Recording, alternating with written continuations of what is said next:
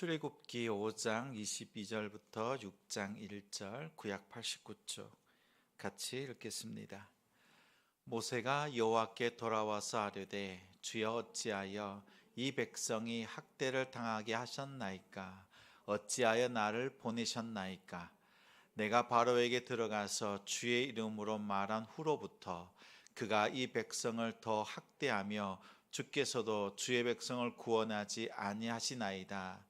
여호와께서 모세에게 이르시되 이제 내가 바로에게 하는 일을 내가 보리라. 강한 손으로 말미암아 바로가 그들을 보내리라. 강한 손으로 말미암아 바로가 그들을 그의 땅에서 쫓아내리라. 아멘. 하나님을 의심하는 병, 하나님을 의심하는 병이라는 제목으로 말씀 전하겠습니다. 우리 말씀 듣기 전에 우리 곁에 있는 우리 성도들 인사 나누겠습니다. 사랑합니다. 축복합니다. 같이 기도해 주셔서 감사합니다. 한 주간의 고단함, 또 분주했던 마음들, 눌리고 깨어졌던 마음들이 오늘 기도 속에서, 말씀 속에서 회복되기를 소망합니다. 사모하는 심령에 하나님께서 은혜 더입혀 주실 줄 믿습니다. 창세기 3장에 보면 뱀이 아담이 아니라 하와를 유혹합니다. 왜 하와를 유혹하지요? 하나님의 말씀을 받은 자가 아담입니다. 그 아담을 통해서 그 약속의 말씀을 건네받은 자가 하와입니다. 자, 아담은 확실하겠지요? 직접 하나님께 말씀을 받았으니까. 근데 하와는 어때요? 한 다리 건너서 말씀을 받았습니다. 말씀이 약할 수밖에 없었습니다. 사탄은 그 빈틈을 타고 들어옵니다. 하와에게 접근했습니다. 하와가 뱀의 유혹에 넘어갔습니다. 하나님이 먹지 말라고 했던 선악과를 먹고 말았습니다. 아담도 그 선악과를 먹었습니다. 그때 하나님께서 아담을 부르십니다. 아담아, 내가 어디 있느냐?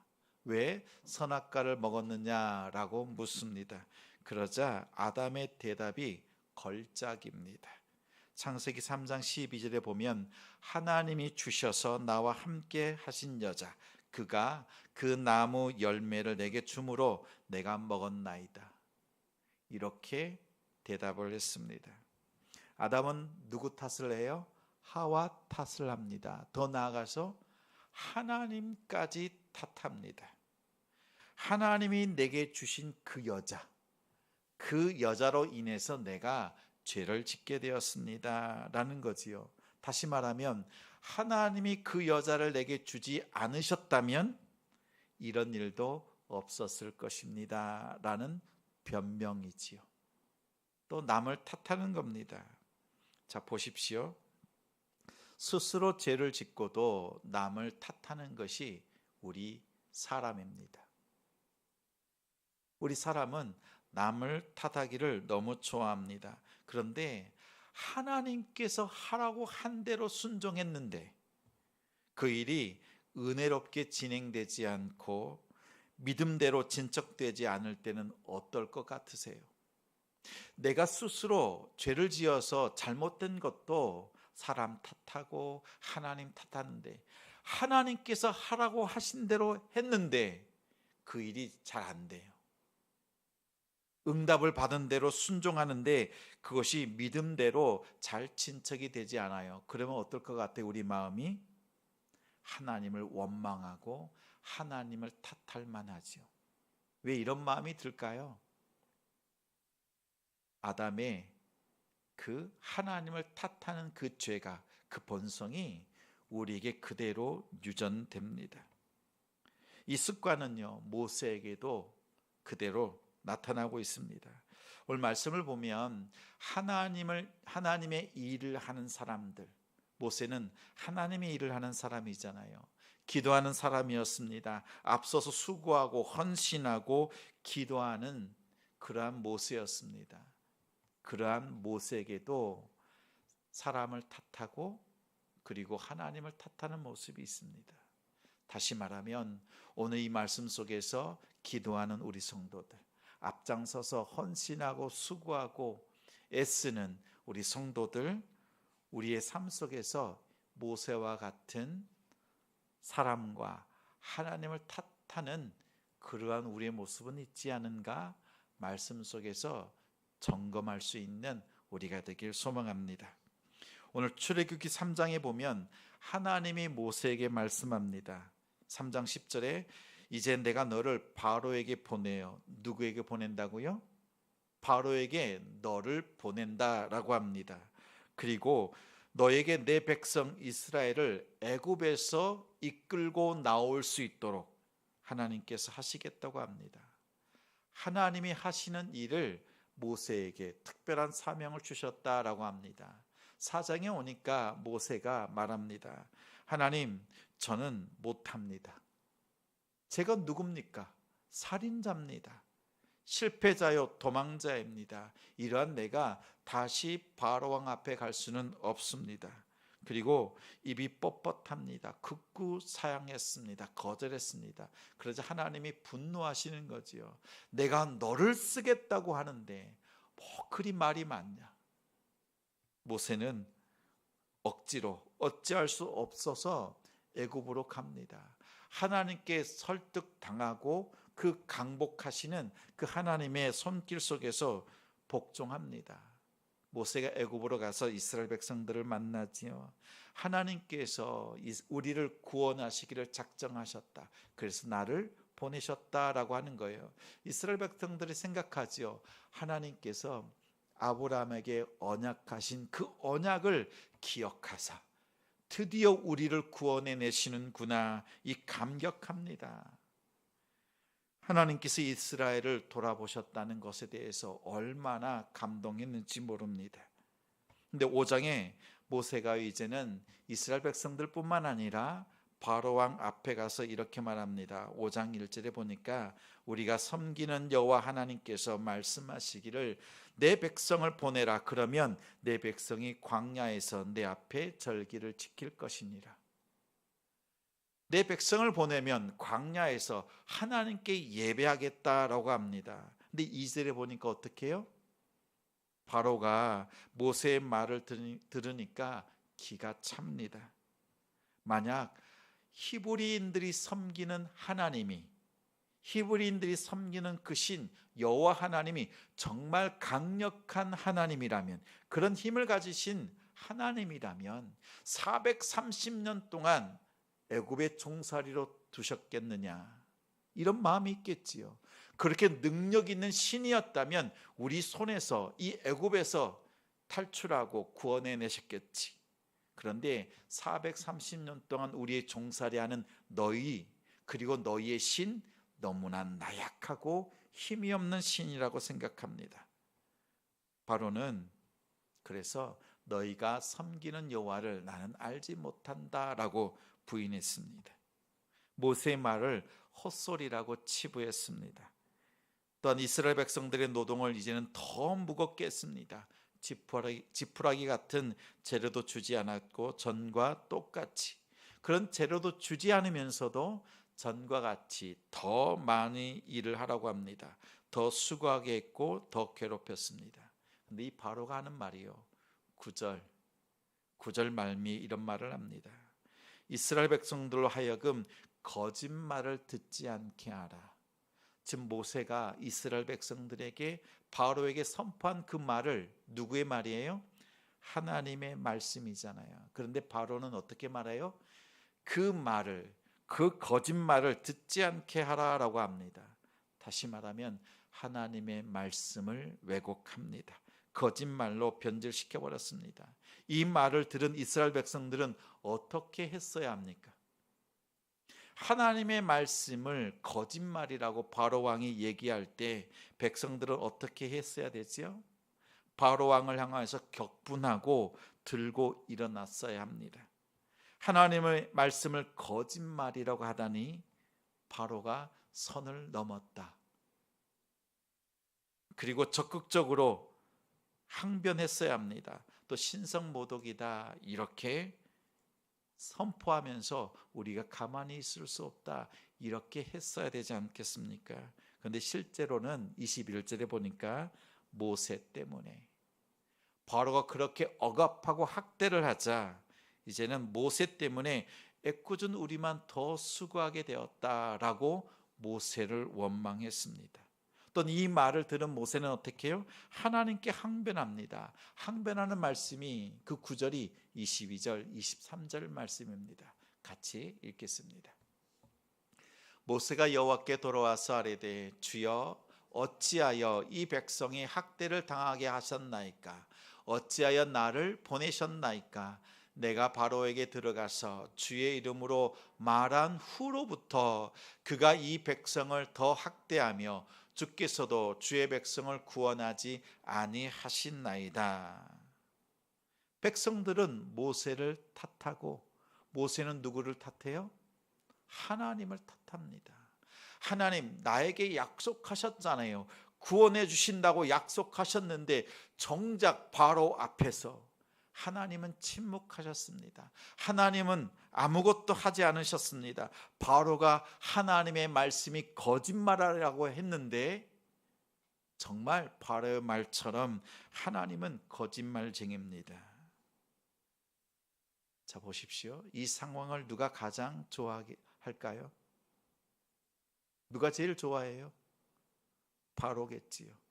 바로는 하나님의 말씀을 거짓말로 둔갑시켰고 그 말을 들은 백성들은 모세 지도자를 원망하고 지도자는 급기야 하나님을 향하여서 원망했습니다. 하나님을 탓했습니다. 근데 한 가지 살펴봐야 합니다.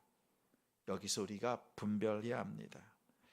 우리 앞장서서 섬기는 성도들, 또 하나님 앞에서 마음 다하여 기도하는 우리 성도들께 당부합니다. 분별해야 합니다. 무엇을 분별해야 돼요?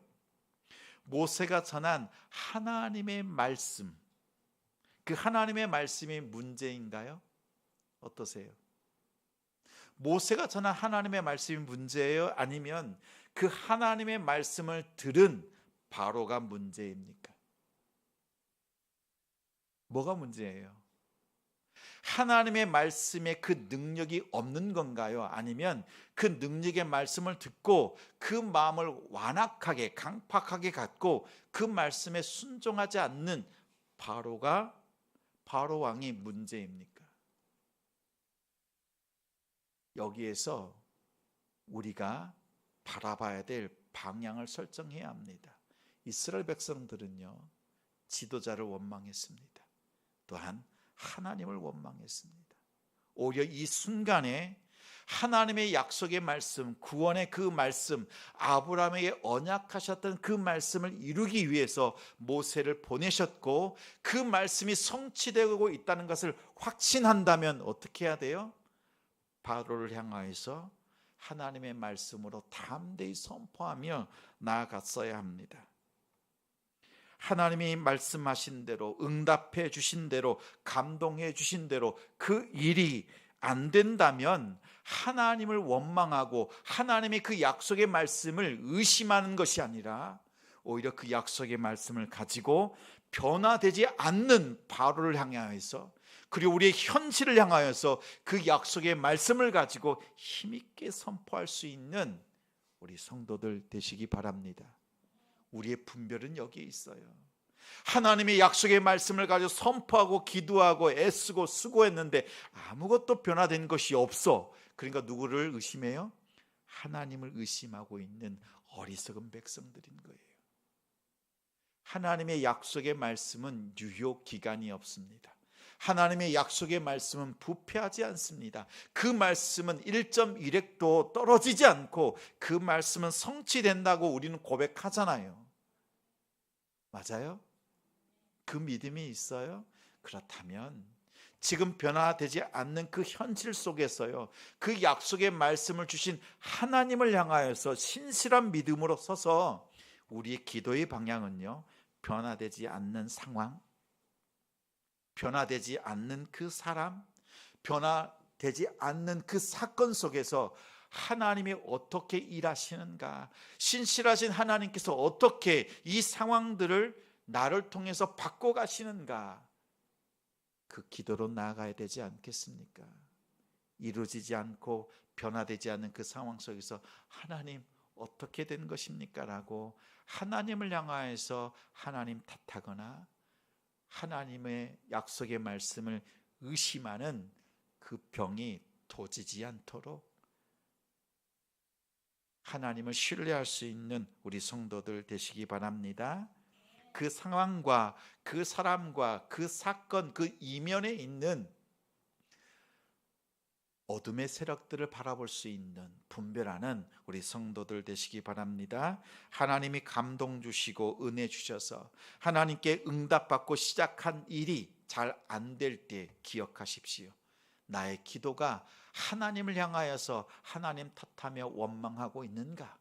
아니면 그 변화되지 않는 그 상황을 보면서 약속의 말씀을 꽉 붙들고 그 상황 속에서 내가 어떻게 쓰임 받아야 되는가를 놓고 내가 기도하고 있는가? 무엇이 더 지혜로운 성도인가? 분별할 수 있는 우리 성도들 되시기 바랍니다. 다시 한번 말씀드려요.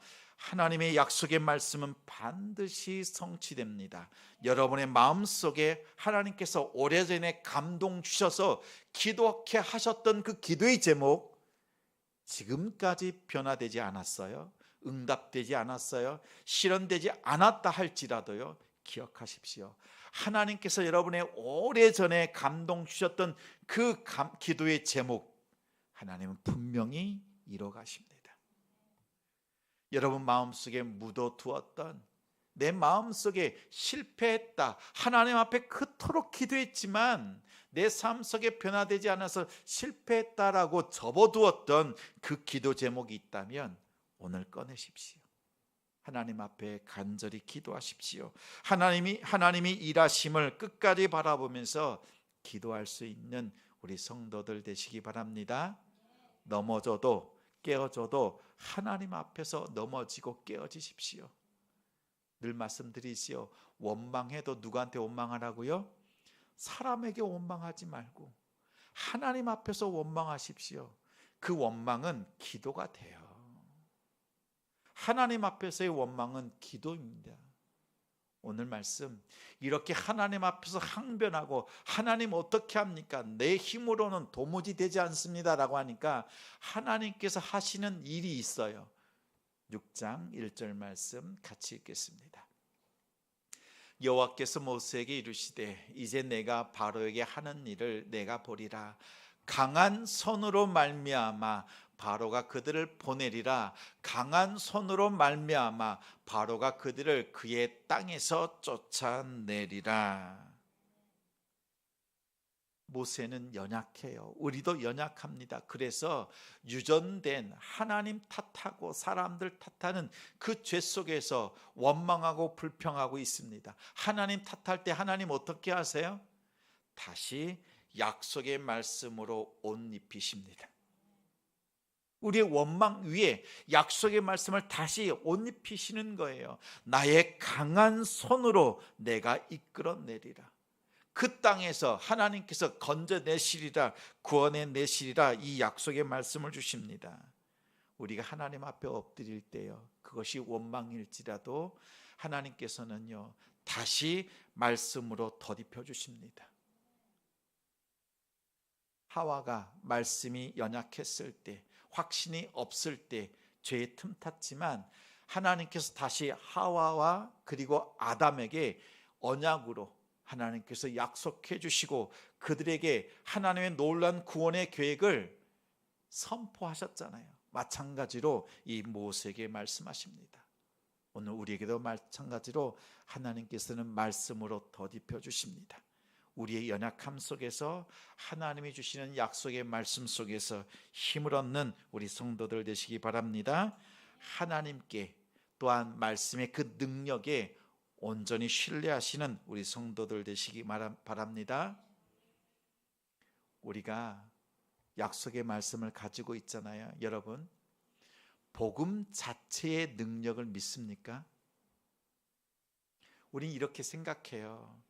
모르는 사람들에게는 우리가 복음을 잘 전해요. 그래도 전할 수 있어요. 근데 가족들에게는 복음 전하는 것이 조금 주저해져요. 왜 주저하지요?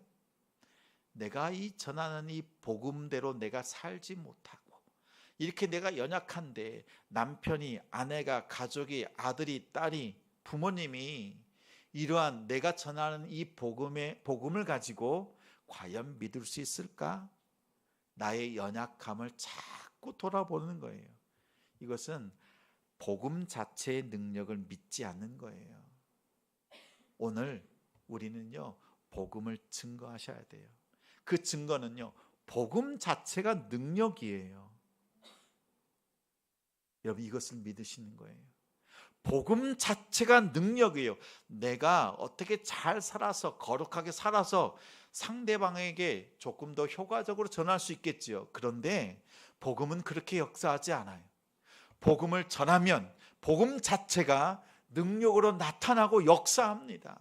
내가 비록 부족해도 내가 전하는 그 복음대로 내가 말하지 못하고 살지 못하지만, 내가 연약하지만 복음은 능력이 있다는 것을 믿고 남편에게 전해 보십시오.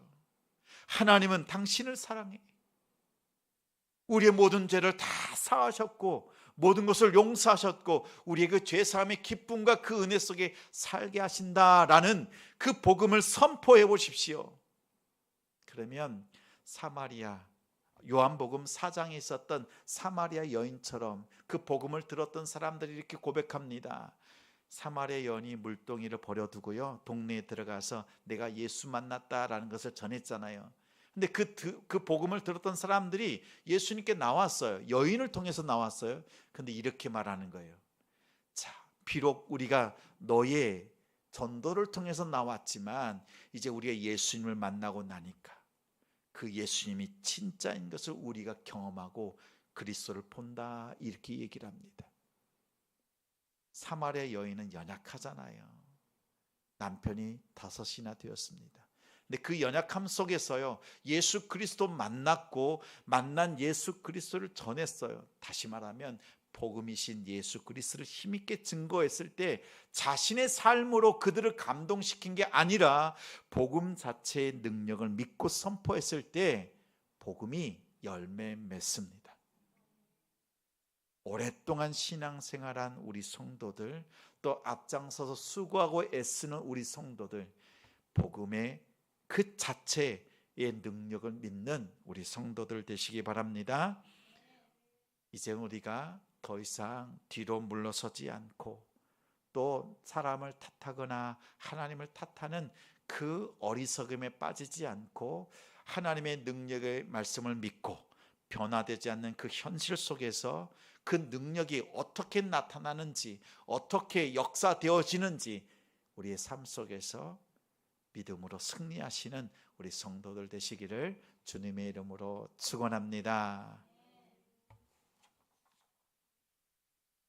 우리 하나님